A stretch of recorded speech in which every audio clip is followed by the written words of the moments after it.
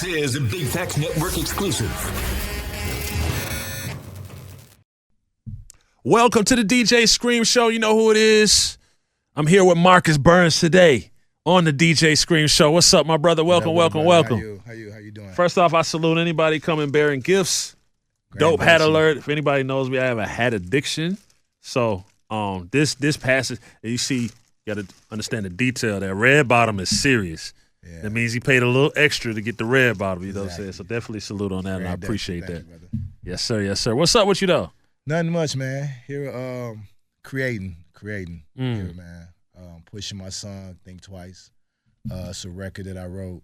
And I wrote that last about 5 months ago. I wrote it. And then I work with J.E., so like the twins, I'm like my guys, like family, man. All the J.E., all 40 guys. And Brian and Brandon heard the song, and Brandon was like you might have a hit on your hands, man. I think you should go back in and like put that out. So that's what made me put the record out, man. What's the song about? So Think Twice. I always write from experiences, man. It was a relationship I had when I was in high school. So I got a daughter who, my first child when I was like 17. And with me, I used to write a lot. So when I do music, I try to do things that people really connect with, like real life experiences. So Think Twice with me was more like saying, it was a breakup, a bad breakup. And I was like, think twice before you walk away. And in the song, you hear me just kind of talk about like, I had a feeling when stuff was different. So anybody in relationships, like, when shit ain't right. When it changed.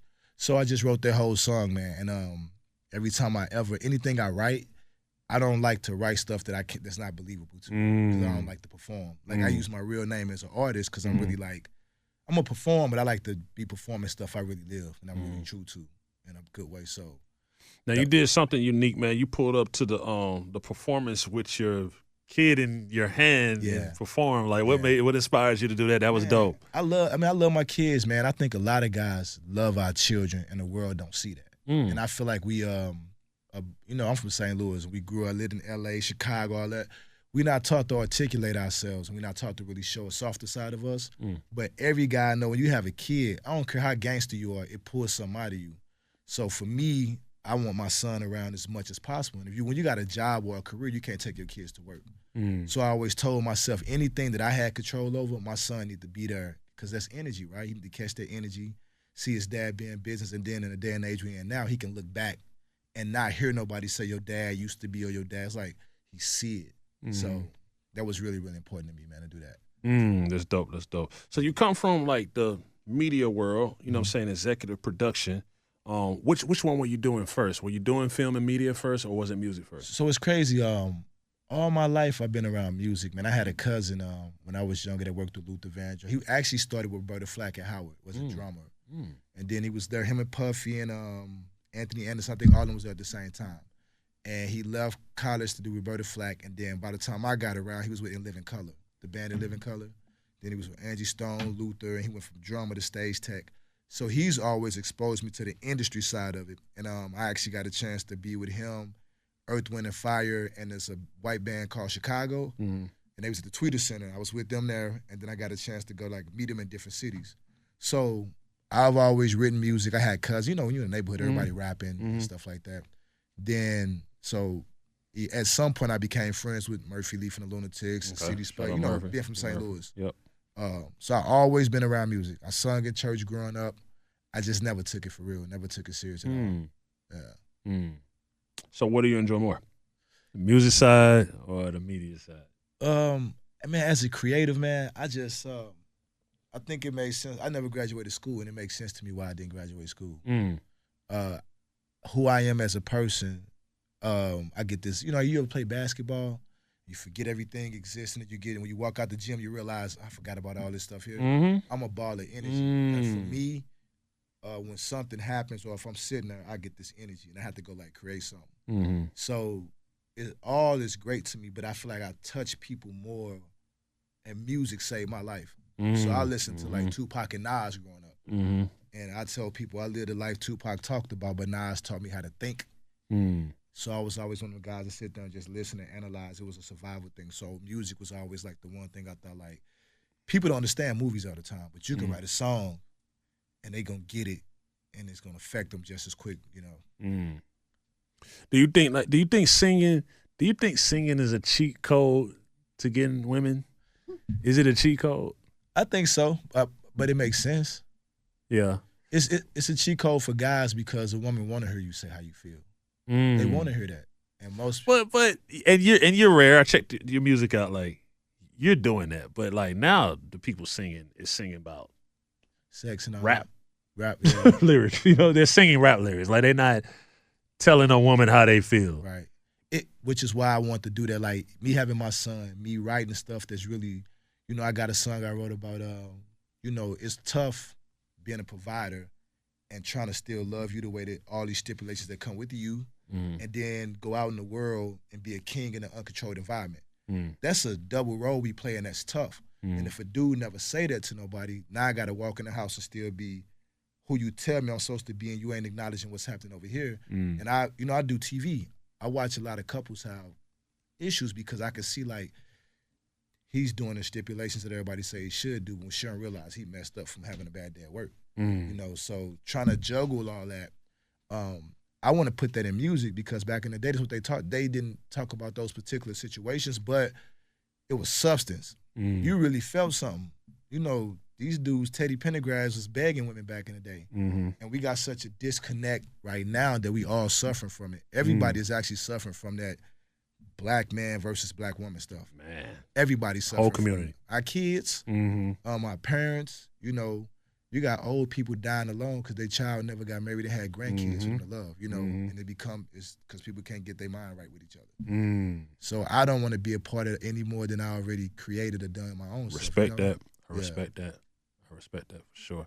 One thing that you're into that people might not know you're into outside of the media, outside of the studio, you know what I'm saying? Something that you're into that people would never guess. Well, people don't know like the clothing brand I have. So my godbrother, like my cousin, created Vocal. Remember Vocal? When Nelly first came, I had the Vocal. Yeah. Yummy Martin did Vocal, which is Nelly's cousin. Okay. Yummy like a big brother to me. So he walked me through my brand. They owned Apple Bottom together at one point. Yeah, Apple Bottom. So I actually studied fashion, studied fabrics, was reaching out to manufacturers, cutting everything from scratch. So the brand I did to this day, I did embossed leather, like people that know that do know. I do it legitly, nothing fake. I never did any any brand of like what you call it, just getting the blanks and all that. I like to know what I'm doing in anything. Hold up, you saying whoa. You saying you don't use blanks like you fabricing? I get swatches. I pick the fabric from the swatches. I understand the weather, the time. It's GSMs. It's a certain thickness to the fabric. Yeah. Egyptian cotton is different from. You might get a cotton in Mexico. So it's really finding out what part of the country has what material, what season. Every color not the same. Every manufacturer not the same. It's the stitching is different. It's a lot intricately into it. And me, I respect the arts of anything I do. So I'm self-taught already at everything I've ever done. That was just survival for me. So my method of creating, whether it's music, whatever, is to break down how the greats or how everybody done it and then figure out my way of doing it. So cooking up from scratch. I like that. I love to do everything like that because you really can't. How you gonna stand on what you're talking about if you don't understand it? Yeah. And it's like not respectful to the people that put the work in. You're right about that. Yeah. You're right about that. You got to be locked in for it. Shoot your shot. This is what we do on the DJ Scream Show, right? So shoot your shot, man. If you want to shoot it at a woman, if you're involved, you don't want to shoot it at a woman, you can shoot it at a person you're trying to get a feature from. You can shoot it however you want to shoot it.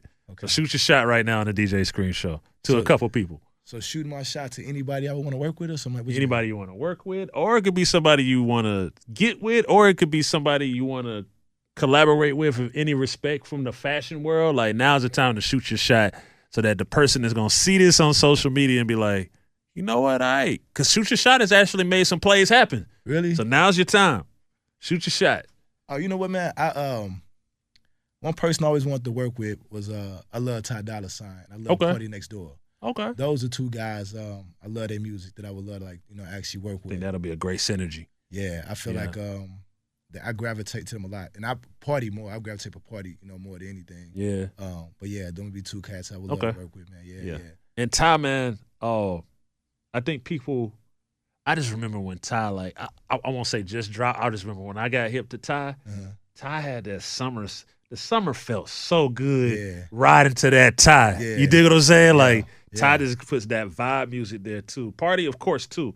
But Ty I just remember that summer, just him and Mustard, man. Yeah, You know what I'm saying? I don't know, it's just the ad libs, man, the way he do his stuff. And that's to me, I still kind of connect a lot of stuff to like how J.E., the feeling into the music. You gotta have that feeling, man. It's the feeling. Yeah, and that's what what's missing connect me. too. That's You what's have to. missing. Yeah. Yeah. So, yeah. That's what's missing. I feel like I say this all the time, and not to sound like the old guy, but like when people stop getting in the studio together, we miss the feeling. Yeah. You understand what I'm saying? If you look back at can you imagine I'm just throwing it out there, like Jay-Z and Biggie in the studio together. Yeah. Nah, you need to do that verse over.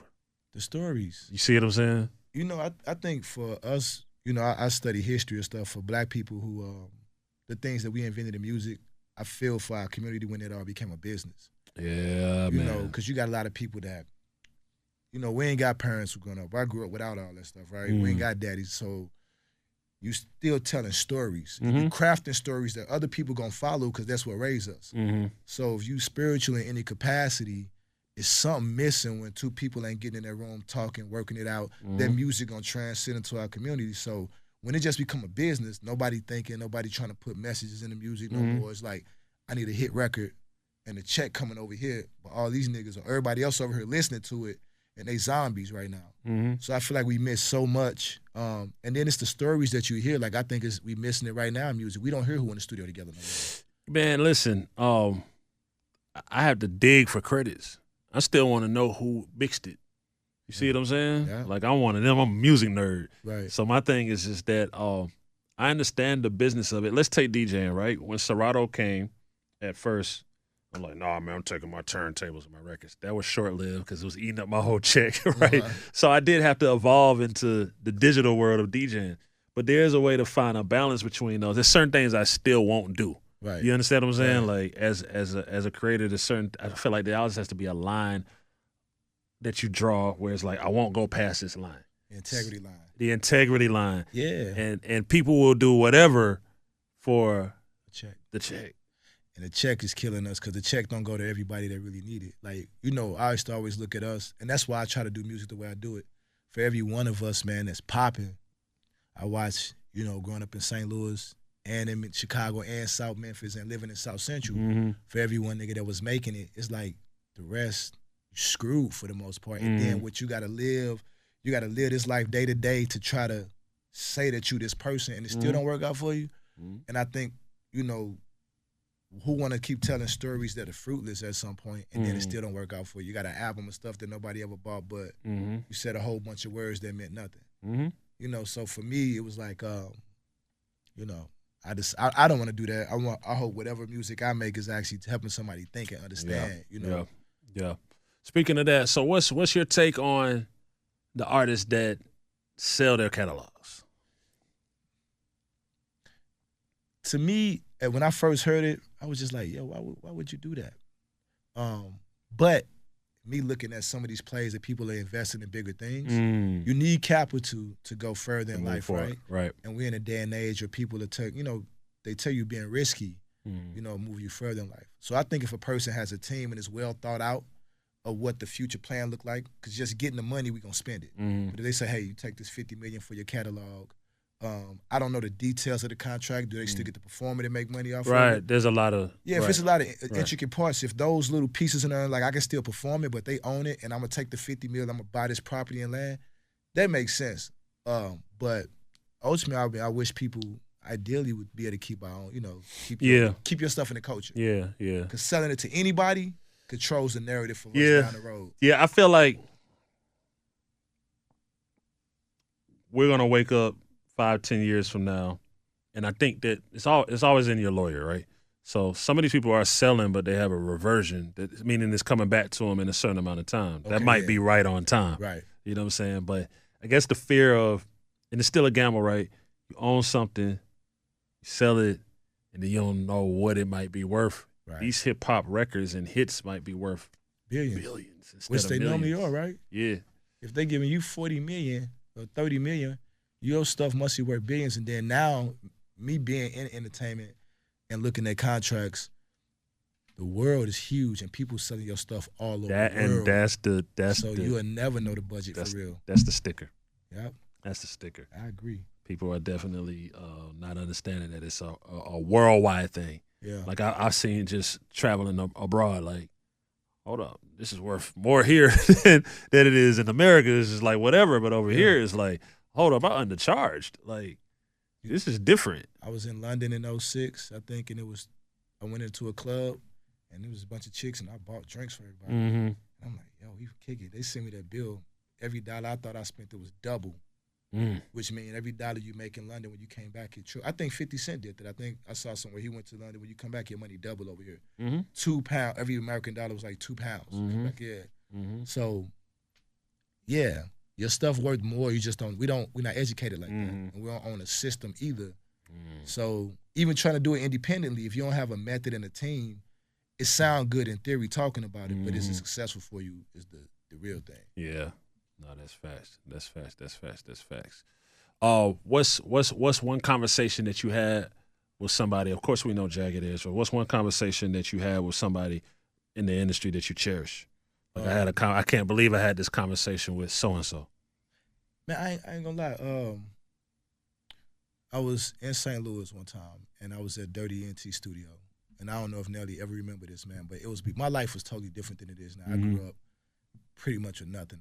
Projects, lit on the streets, growing up, right? And at the time, I used to be a camera guy, and I was shooting something with his brother. And he walked up, he just looked at me, he was like, man, he was just pretty much saying, you're gonna work hard, pretty much you're gonna work hard to work harder. And like people not gonna appreciate it, and you're gonna look around and see how people, responding to you, but you still gotta keep putting in work. And we wasn't even cool like that. I don't know what made him say that to me, but I took that as a sign from God. Spirit, I needed to hear it. And lo and behold, it was a real thing I really, really needed down the road. It was something that always resonated. So, and at the time he was popping, so for him to even come talk to me, I was like, why are you talking to me? I ain't asked for nothing. I ain't said nothing to nobody. So it was a bunch of people around.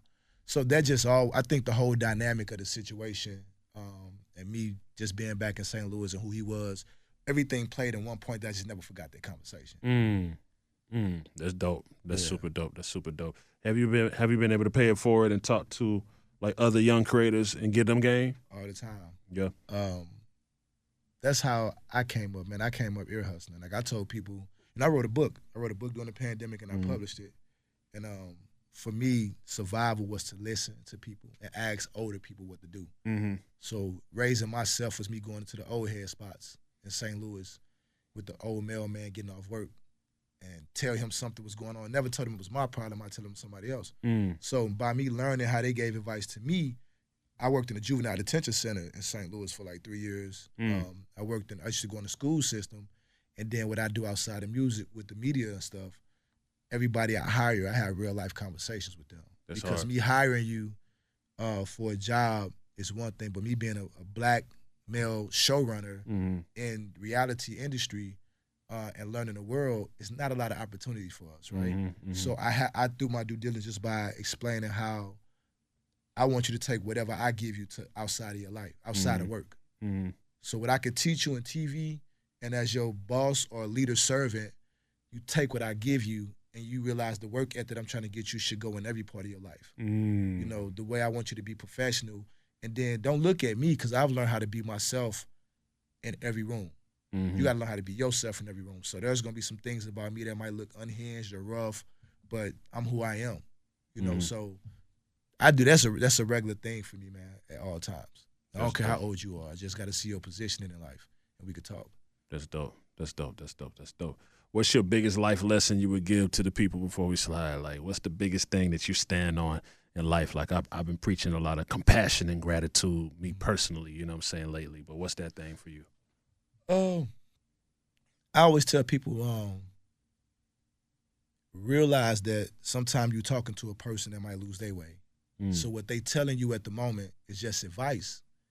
And at the end of the day, you got to really love yourself, and you got to really, like, if you want something, don't try to have all the answers. You got to try it, because you're going to get to a point in your life where the people you look up to looking up to you. And that's when your safety net is going. That'd be a scary place. So everybody human. Let them speak, respect what they got to say, but it ain't law. You got to go for what you want, however you try, and if it fails, at least you can say, I tried it. Okay. I like that. Good gems, good gems, good gems, good gems. Definitely let everybody know where they can check out this single, Think Twice, and whatever else you got coming up. I got Think Twice. I got it streaming on all the platforms right now. You can follow me on IG, Markus Burns Official. I got a videos on YouTube at Think Twice. I got Brian Casey from Jagged Edge in the video with me. Yeah, I want to keep pushing that thing until it pop, man. So let's take a listen. There it is, man. I appreciate you pulling up on me. No doubt. Markus Burns on the DJ Scream Show, www.thedjscreamshow.com. Salute. This is a Big Facts Network exclusive.